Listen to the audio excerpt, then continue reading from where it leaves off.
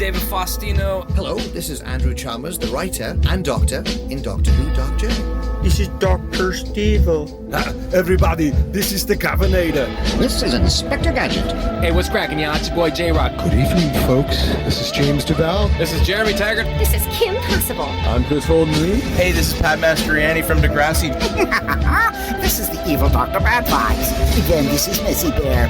And this is more from X-Men. Hey, this is Andrew Gazette. This is Sean Gunn. Hi, this is Robert Carradine. It's Tammy Stronach from The Neverending Story. Hey, it's Zach Callison. Hey, I'm DJ Jenny Rob. And I'm Neil Young. I'm Commander Shepard. Ralph Garman here. You're listening to Droids Canada. You've made an excellent choice. You have chosen wisely. Warning. Listener discretion is advised. Hello. I kind of have a two-parter. Have you noticed any wear and tear on your body throughout the years? Yeah, I have. Because there's been ever a time where you weren't able to do a daily task. There was one time I had hit my thigh on a horse rail doing a bucking scene, and that put me out of commission for a week or so. But it was never that I didn't have any big gag to do. I was doing a TV series at the time, and fortunately, it was with Patrick Duffy, Man from Atlantis. I don't know if you remember that one. It was a long time ago. But the things I had to do for him the week after that accident, or I got hurt, wasn't anything real big, so I wasn't put out of commission. But yes, I've had wear and tear. Everybody, how could you not do what I do? What's it like working with Donald Pleasence? Donald Pleasence. I didn't have a lot of interaction with him, but when we were doing the scene in the service station where I tried to run him down with a tow truck, that was kind of fun. And he was the nicest guy, and he's real pro and just smooth. I didn't talk to him a lot, but when we did our scene, I thought he was great. Real pro. In the back. I know a lot of scenes were cut. A lot of kill scenes were cut in Friday 13th Part 5. So I was wondering which was the bloodiest one that you had involved in it. Well, the bloodiest one, I suppose, when I put an axe through a guy's head, that seemed to be the bloodiest one, or when I chopped off Junior's head when he was riding his motorcycle. That was kind of gory. It's a lot of decapitation. Oh yeah, he lost his head on that one. Now, I was lucky enough a while back to be able to interview Jeremy Bulloch, who was the original Boba Fett. And he was telling me that he kind of created the character around Clint Eastwood with the movements and everything, and that was the inspiration for that character. Mm-hmm. Now, in the 3 horror movies, with your movements and everything that you were doing, was there anything that inspired you, or was it the previous version of that to try to keep the character the same? How did you portray that? I get that question often, which is a good question, but if you think of it from my point of view, I'm a stuntman and I do a lot of doubling. So I do double actors, and that's what we do. And you do action. So if you spent your life being athletic and learn how to fall, fight, jump, and do all those things, you can do the action part. But when you have an actor you're doubling, you'll look at him, you'll see how he walks, you'll try to copy that.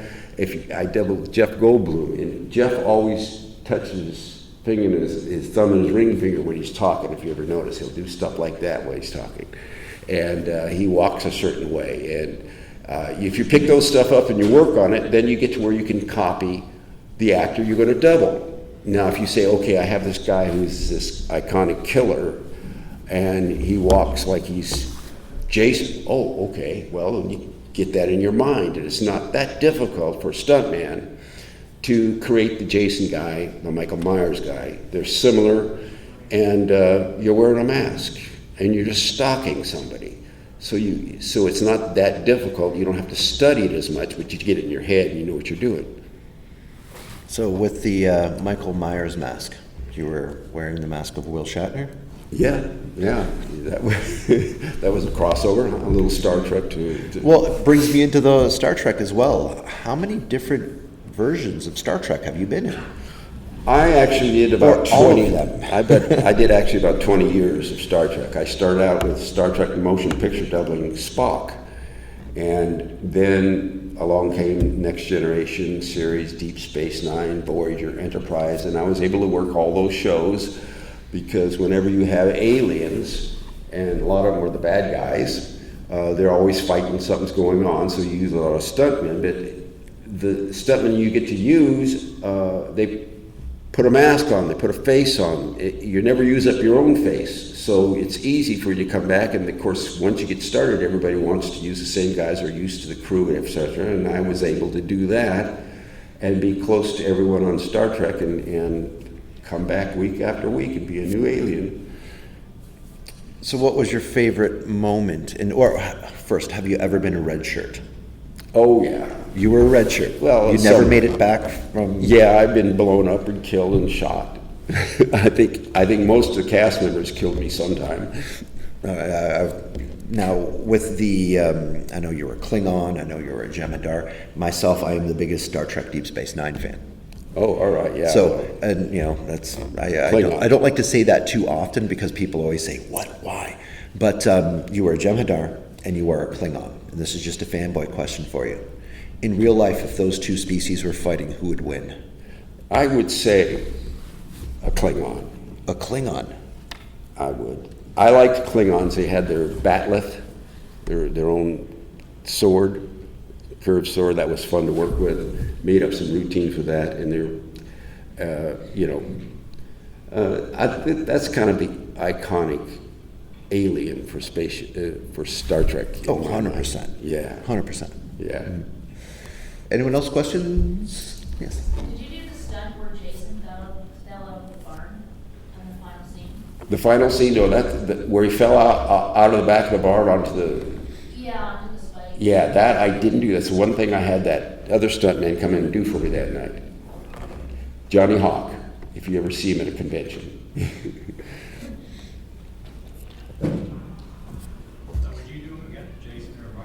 Oh yeah, I would, but I don't think I'm going to be called. They have used so many different people for the characters. And Jude Courtney right now is kind of locked up Michael, and he's doing a great job. I think he'll stick with him. But through the years, if you're a producer and you're making a movie, you can use anybody you want, and if you're doing the Jason character and you have a director that's worked with a particular stuntman he likes, hey, use your guy, You don't have any dialogue, it's all action. If you had an actor, you'd have to double them, so just use the stuntman. So they use a lot of different stuntmen. And then there's also the situation where you don't want to build a star necessarily if you don't have to, because then you have to pay him more, wouldn't you? Okay, here comes so-and-so again to be this character. Well, if you use a different guy every time, it's going to be, basic scale. What was your most memorable role for you? The things that you've done the most, what work you're the most proud of? Well, that's be it Star Trek, be it horror, be it, Yeah, I don't know. When I doubled, I did Scarecrow, Mrs. King with Bruce Boxleitner, so we did a lot of stuff in those series, and I had a lot of fun with Bruce and the different gags we do. I know I did one show. I've done so many different ones. It's hard to pick one thing out and say it's the best or the most.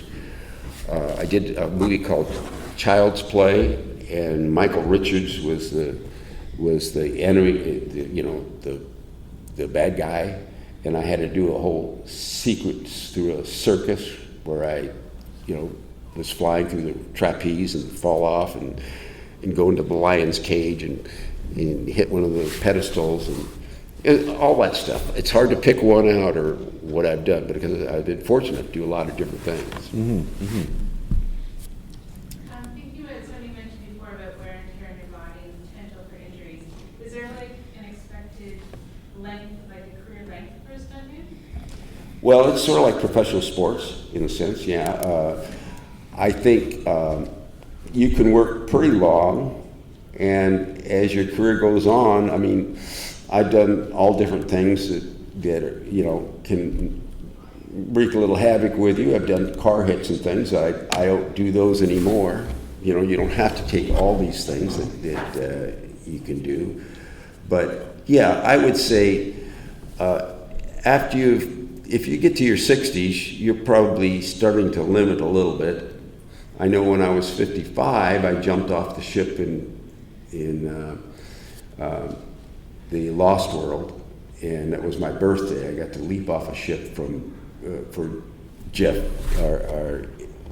The dinosaurs chase us, we jump off. That was kind of a fun thing to do, and I felt fine. I was in good shape, so I was still good then.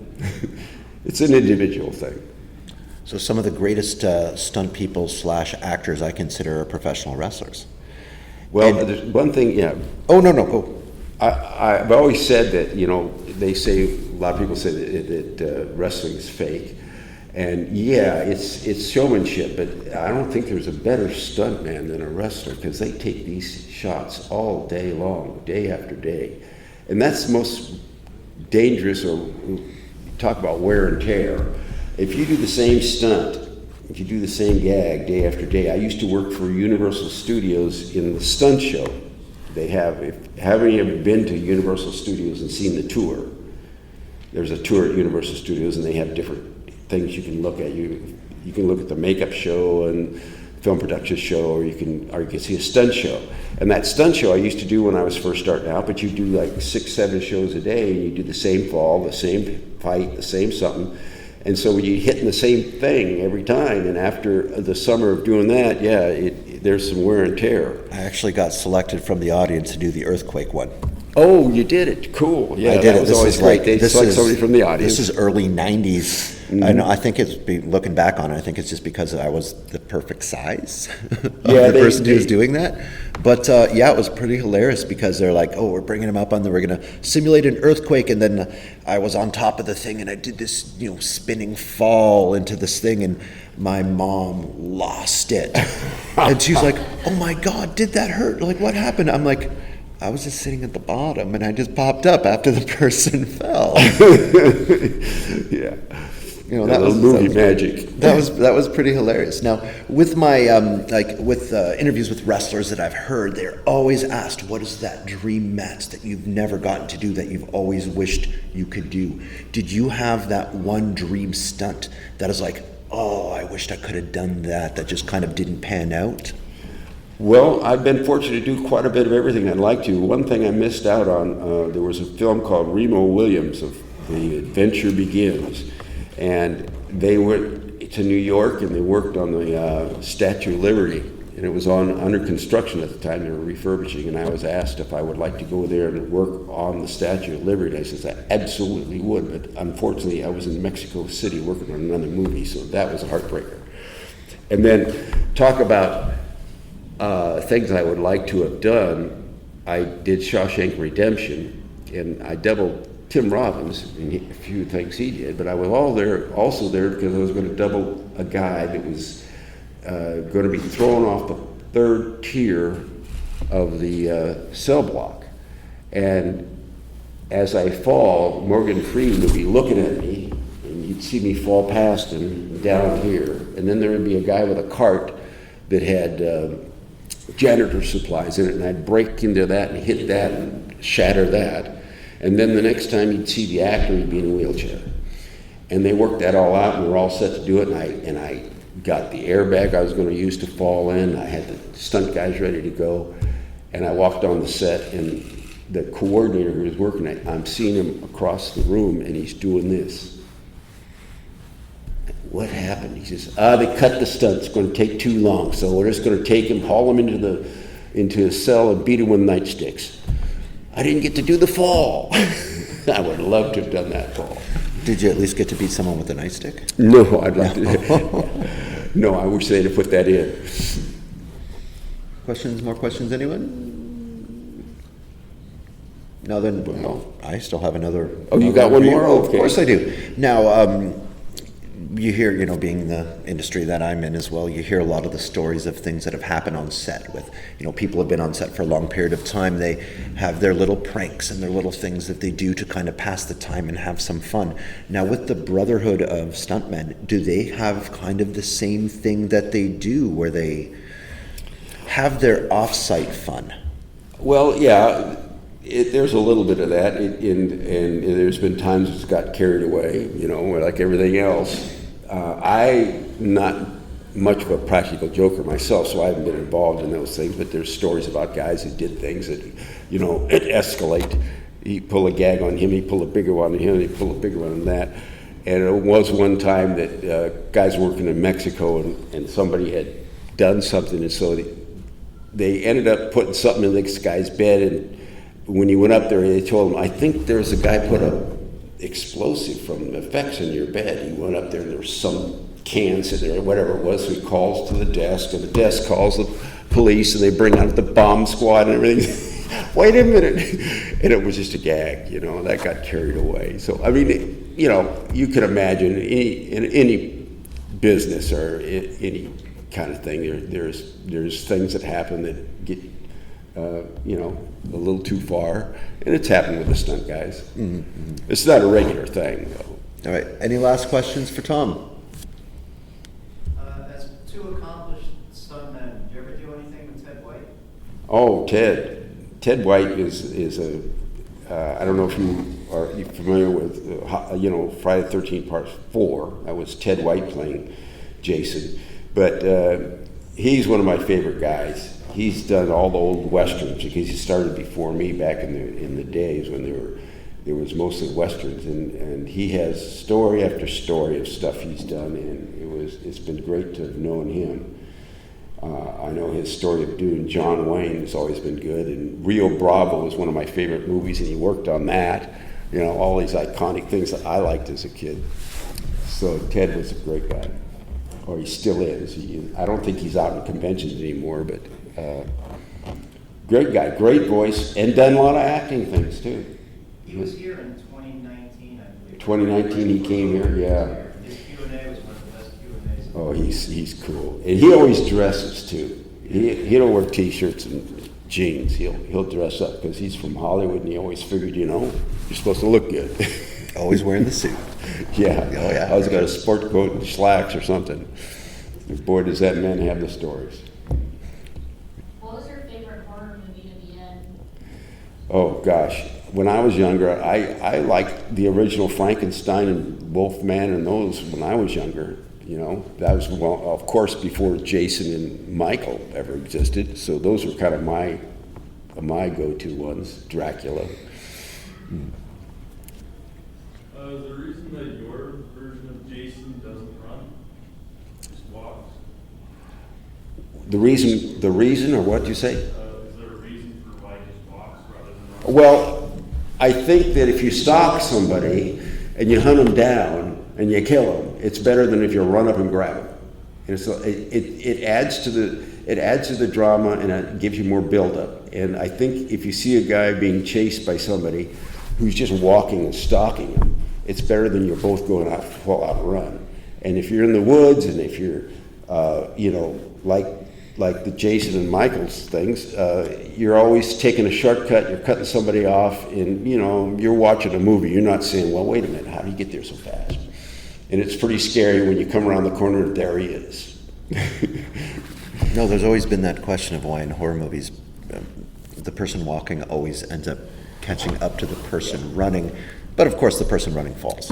Yeah, and that's it. If it's a girl in the room, she has to walk back, stumble, and fall down, or it's some things that seem to be always the same. And then in part 5, Violet, I know her kill was cut. Were you part of that? It was what? Her kill was cut out of the movie. Yeah. Did like the R rating? Yeah, we didn't do the R rating. Were you part of the stunt doing the kill? Oh sure, I stuck her with a machete in the stomach, and then picked her up like this on the wall. What we had is, of course, she had her foot on a box so she could lift herself up and make it look like I was picking her up. But yeah, that was interesting. I really liked the way she was doing her dancing. She was doing the mechanical thing, whatever it was, and that was kind of cool. And I got to come into the room and stand around the corner, and finally she came up and I stabbed her. That was cool. Those are conversations you don't hear every day. She came around the corner and had the machete. Any last questions? Oh, got a couple. Start over here. Do you have a favorite kill? Do what? Do you have a favorite kill? A favorite kill? Oh yeah, I've been asked that too. I like I say, sometimes I think of one as my favorite, and then another. Well, wait a minute, I like this one. So I don't have a favorite kill, but each one's so different. You know, sometimes I think sticking a fuse in a guy's mouth is pretty different, and that was kind of cool. But then again, you know, if you can stab somebody from the bunk bed and pass this machete all the way through their body, that's pretty cool. Were you in the hospital scene when Roy came to get his name of the kid that got killed? Yeah. Were you in that scene? I did all those flashback scenes, and I was Jason in those. So yeah. So actually, when people say, and I think they even call this panel the fake Jason, didn't they? Now, how many people think that Jason is fake? And how many know that, you know, in part 5 I was an imposter, correct? But if you look at the guy, you know, take Dick Whean, he was the ambulance driver, and he comes and he sees his own son killed, and it sends him off, and he decides, or something possesses him to be this Jason copycat. And if you think of it, the way I thought of it is that he's not just an ambulance driver trying to be Jason, he's possessed. How could he do what he did? How could he walk through a door? How could you pick somebody up with one hand? How could you do all the things he do if he wasn't actually possessed by this spirit? And who is the evil spirit if it wasn't Jason? So I think it was Jason all the time, not a fake Jason. On the mask, you have the blue diamond. What's the difference? Well, I think when they made the story and the writers decided they wanted to have something different for this new beginning in the guy that was impersonating Jason, so they just figured that, well, he got some hockey mask and it didn't have the right marks on it, but people won't realize that till the end of the movie. They'll say, oh yeah, he wasn't wearing the real Jason mask with the red marks on it. Did you ever take anything home from the set? Memories. Didn't take anything home from the set. No, I often get asked this too, and I give you a point of view that if you're a producer, you're going to make a movie, and you know what it takes to make the film. You got to have a department for each thing you do. You have to have a makeup department, you have to have a wardrobe department, prop department, you got to have a stunt department, you got to have all these departments that have to put things together for your movie, and you're going to shoot the whole thing, and you do the principal photography. Now, after you do that photography, you're editing. You're even editing as you go along, and you know you're going to have to make some pickup shots. You're going to have to you're going to come to a point where you say, "Oh shoot, that isn't working. Let's get them and do one more thing here and do that." That means you got to have all the wardrobe, all the props, and everything in your possession, so that you can finish your movie. So it's real. It's almost impossible to say that you could actually take something home from the film. So I don't have anything that I took home from the film. I don't have the mask. I don't have the machete, any of that stuff. Oh, it would be something cool to have, though. Yeah, it would be cool to have, but at the time, you don't realize it's going to be that great, you know. Mm-hmm. I mean, when I did Star Trek, I have several weapons that, like the batleth and a couple of those. I do have some of those, but it's because I use them all the time, and we take them home and we practice and we work stuff out. So I ended up having a few of those, but that's because you're working with it every day. It's like a tool that you need. Mm-hmm. Mm-hmm. All right, we're pretty much out of time here. Okay. So any lasts from anyone? Well, everyone, thanks a lot for coming out to the panel. Tom, thanks for making it down to Niagara Falls, and telling your stories and doing everything that you're doing with us here. Are you going to be back at your booth for a while? Oh yeah, I'll be here at the end of the day.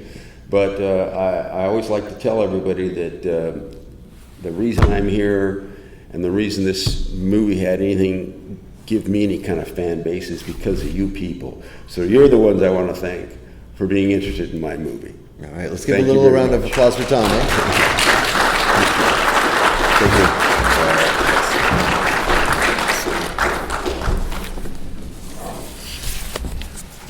Thank you so much, sir. Well, thank you. Yeah. Dan, what happens every Thursday? That would be DCR Droids Canada Radio. And what time is it on Thursday? That's from 9 till 11 p.m. Dumb question, where do you find it? You find that at accessradio.ca. And what's the best part? It's